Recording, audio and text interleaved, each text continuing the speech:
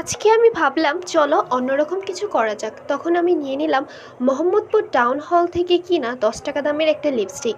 এই লিপস্টিকটা কিনে যখন মুখে দিয়েছিলাম তখনই বুঝতে পেরেছিলাম এটা কোনো কাজেরই না, কারণ এটা ঠোঁটে দেওয়ার পর এত অ্যালার্জি হচ্ছিল।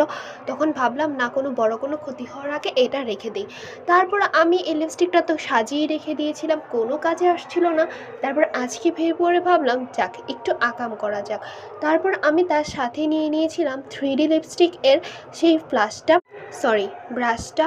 কারণ হচ্ছে কি, ওই লিপস্টিকটা শুকিয়ে গিয়েছিল, এটা আবার অনেক দিন ইউজ করেছিলাম, যার ফলে ম্যাটটা শুকিয়ে যাওয়ার পর তার ব্রাশটা দিয়ে আমি এই লিপস্টিকটা সুন্দর করে আমার হাতে লাগিয়ে নিয়েছিলাম। এমনভাবে লাগিয়ে নিয়েছিলাম যাতে মনে হয় যেন আমি আলতা পরেছি, কারণ আলতা দেওয়ার সাথে সাথে সেটা উঠতে চায় না। তাই এই লিপস্টিকটা কিনেছিলাম। যে আগে তো কলেজে সাংস্কৃতিক অনুষ্ঠান হতো, তখন নাচ দিতাম, যার ফলে হচ্ছে এই লিপস্টিকটা কেনা হয়েছিল আলতা হিসাবে ইউজ করার জন্য। কিংবা পহেলা বৈশাখেও এটা দিয়ে খুব সুন্দর করে আলতা পরা যায়।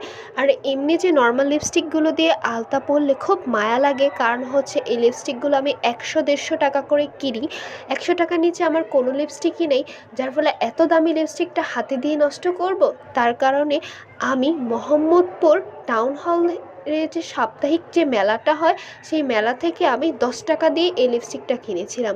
যখন কিনেছিলাম তখন মনে হয়েছিল যে ধরা খেয়েছি, আমার 10টা টাকাই লস হয়ে যাচ্ছে। কিন্তু আজকে একটা শ্যুট করব, যার কারণে আজকে আলতা পরা দরকার ছিল, আর আলতারও মোটামুটি দাম আছে, যার ফলে আমার আজকে মনে হচ্ছে যে না, এই লিপস্টিকটা কিনে আমি একদমই ঠকে যাইনি। পড়ে থাকা জিনিস কোনো না কোনো কাজে চলেই আসে, তাই